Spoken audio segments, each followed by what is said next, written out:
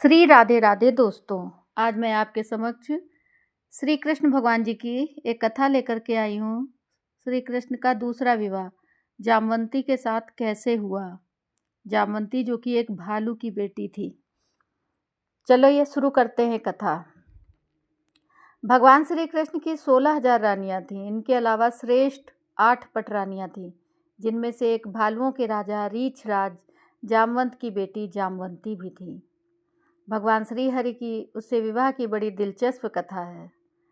इसके पहले कृष्ण जी को अपने ससुर रीछ राज जामवंत से 21 दिन तक युद्ध करना पड़ा था।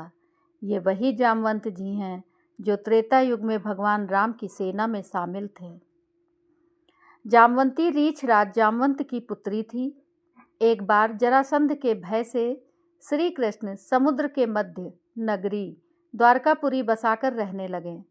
द्वारिकापुरी में निवास करने वाले सत्राजित यादव ने सूर्य नारायण की आराधना की।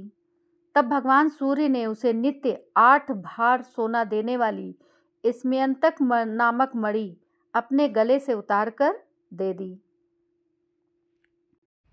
मणि पाकर सत्राजित यादव जब समाज में गया तो श्री कृष्ण ने उस मणि को प्राप्त करने की इच्छा व्यक्त की, लेकिन सत्राजित ने वह मणि श्री कृष्ण को ना देकर अपने भाई प्रसन्नजित को दे दी।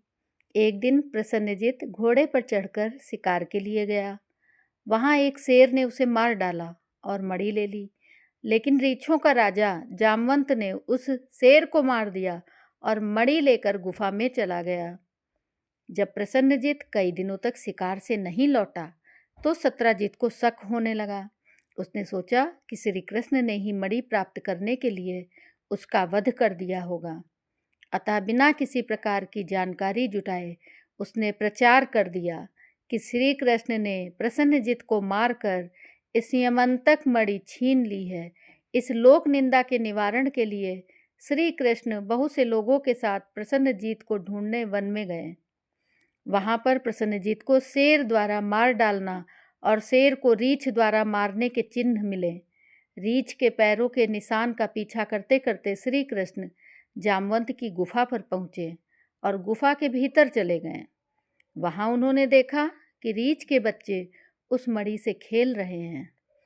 श्री कृष्ण को देखते ही जामवंत युद्ध के लिए तैयार हो गया। युद्ध छिड़ गया। गुफा के बाहर श्री कृष्ण के साथियों ने उनकी 7 दिन तक प्रतीक्षा की। फिर वे लोग उन्हें मर गया जानकर पश्चाताप करते हुए द्वारकापुरी लौट गए। इधर 21 दिन तक लगातार युद्ध करने पर भी जामवंत श्री कृष्ण को पराजित न कर सके। तब उसने सोचा, कहीं ये वही अवतार तो नहीं जिसके लिए मुझे रामचंद्र जी का वरदान मिला था। ये पुष्टि होने पर उसने अपनी पालित कन्या अनिंद सुंदरी जामवंती का विवाह श्री कृष्ण के साथ कर दिया और स्मयंतक मणि दहेज में दे दी। अब जामवंती से श्री कृष्ण के 10 पुत्र हुए थे।